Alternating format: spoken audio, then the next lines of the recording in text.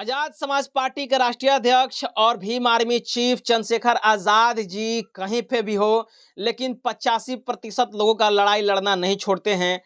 बहुजन समाज का लड़ाई लड़ना नहीं छोड़ते हैं और दलित समाज का लड़ाई लड़ना नहीं छोड़ते हैं। चाहे वो बिहार में रहें, चाहे वो यूपी में रहे, चाहे वो हरियाणा में रहे, लेकिन उनका आवाज जो है वो बुलंदियों से उठता रहता है, मजबूती से वे आवाज उठाते रहते हैं। चंद्रशेखर आजाद जी का यह दावा है कि हम घटना स्थल पर पहुंच करके जो है वो उस घटना का जायजा लेते हैं और उसके हिसाब से प्रशासन से दो दो हाथ करने के लिए तैयार रहते हैं। लेकिन अगर हम किसी कारणवश नहीं आ पाते हैं, नहीं पहुंच पाते हैं, तो हम अपने ट्विटर के माध्यम से, हम अपने जो है वो सोशल मीडिया के माध्यम से बहुजन समाज और 85% लोगों का आवाज उठाते रहेंगे। इसमें कोई दो राय नहीं है। दोस्तों, ताजा मामला ये है, देखते हैं कि जो है वो चंद्रशेखर आजाद जी लगातार इस प्रकार के आवाज उठा रहे हैं। चाहे वो बहुजन समाज पे हमला हो, दलित समाज पे हमला हो, चाहे वो मोदी सरकार को टारगेट करना हो, चाहे वो योगी सरकार को टारगेट करना हो, चाहे वो किसी प्रकार के हमला हो, लगातार उसका जो है वो मुंह तोड़ जवाब देने का काम करते हैं चंद्रशेखर आजाद जी। ताजा मामला ये है दोस्तों कि बिजनौर के हल्दौर में पटाखा फैक्ट्री में आग लगने से जो मजदूरों की मौत हुई है, उस पर भी चंद्रशेखर आजाद जी का ट्वीट आ गया है। चंद्रशेखर आजाद जी इसको भी बहुत जो है वो सीरियस लेते हुए ट्वीट किए हैं एक्स पर। वे क्या ट्वीट किए हैं मैं आपको पढ़ के सुना दे रहा हूं।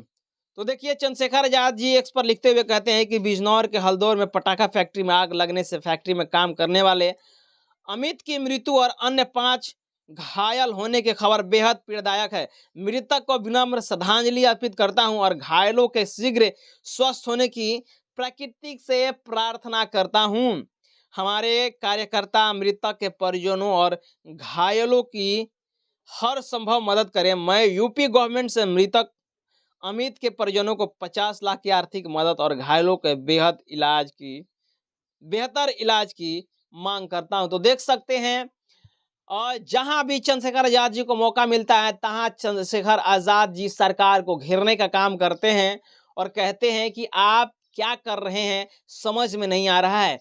वे तो आर्थिक सहायता का मांग करते ही करते हैं, कार्रवाई की मांग करते ही करते हैं, लेकिन यह भी कहते हैं कि हमारे कार्यकर्ता वहां पर जाकर के मिलेंगे और उनका जो है वो दुख दर्द और हाल जानने की कोशिश करेंगे। इसके अलावा दोस्तों, चंद्रशेखर आजाद जी का ये रिकॉर्ड रहा है कि वे सड़कों पर उतर करके प्रशासन हो, चाहे जातिवादी गुंडे हो, चाहे अन्य कोई लोग हो, उनसे लड़ने का काम करते हैं और लड़ने का काम करने के साथ ही साथ परिवार की सुरक्षा का भी ख्याल रखते हुए कहते हैं कि परिवार का भी सुरक्षा का ख्याल रखा जाए। दोस्तों, हर एक मामला को चंद्रशेखर आजाद जी चुनावी प्रक्रिया में, चुनावी सभा में बिजी होने के बावजूद भी समय निकाल करके वे ट्वीट करते हैं, समय निकाल करके आवाज उठाते हैं और सख्त दिशा निर्देश देते हैं कि अपने कार्यकर्ता को कि वहां पे जाइए और मिल करके आइए, क्योंकि 85% लोगों का नेतृत्व हमारे कंधे पे है और हम इस प्रकार से हम अपने लोगों को मरने नहीं देंगे।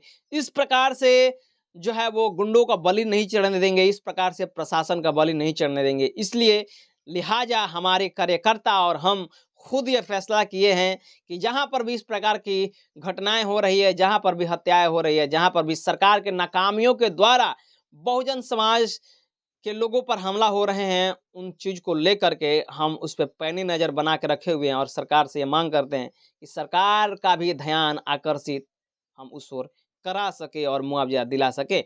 बहरहाल, इस चीज को लेकर के आपकी क्या सोच रहे हैं, आपकी क्या प्रतिक्रिया जरूर हमारे कमेंट बॉक्स में दीजिएगा। और चैनल पर पहली बार आए तो चैनल को सब्सक्राइब करें, वीडियो को लाइक करें, शेयर करें। पेज पर देख रहे थे, पेज को भी लाइक और फॉलो जरूर कर दीजिएगा। मिलते हैं अगले खबरों के साथ, तब तक बहुत बहुत धन्यवाद।